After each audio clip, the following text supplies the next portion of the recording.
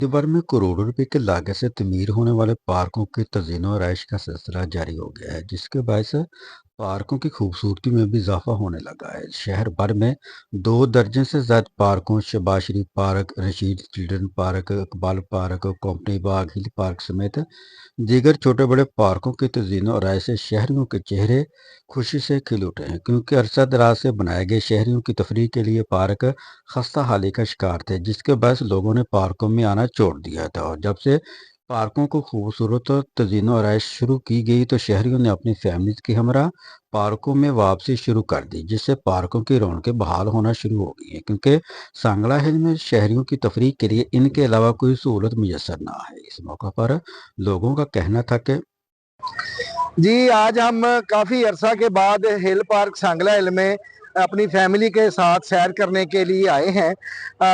इन पार्कों में यही हमारी तफरीह गाह है, ये पार्क। लेकिन ये पार्क बहुत ज़्यादा ज़बू हाली का शिकार थे। इनमें कीड़े मकोड़े जो थे जहरीले, वो उनकी बहुत ज़्यादा बहुतात थी, जिसकी वजह से हम इधर पार्कों में नहीं आते थे कि कहीं हमारे बच्चों को कोई जहरीली चीज़ काट ना ले। लेकिन हुकूमत वक्त ने ये अहम तरीन कदम उठाया है कि इन पार्कों को खूबसूरत बनाना शुरू कर दिया है। ये बड़ी खुशी की बात है कि पार्कों की बहाली से शहरियों को सैर व तफरीह के मौके फराहम होंगे और लोग सेहतमंद जिंदगी गुजार सकेंगे। कैमरा मैन फरमान के साथ वाश न्यूज़, फैसलाबाद।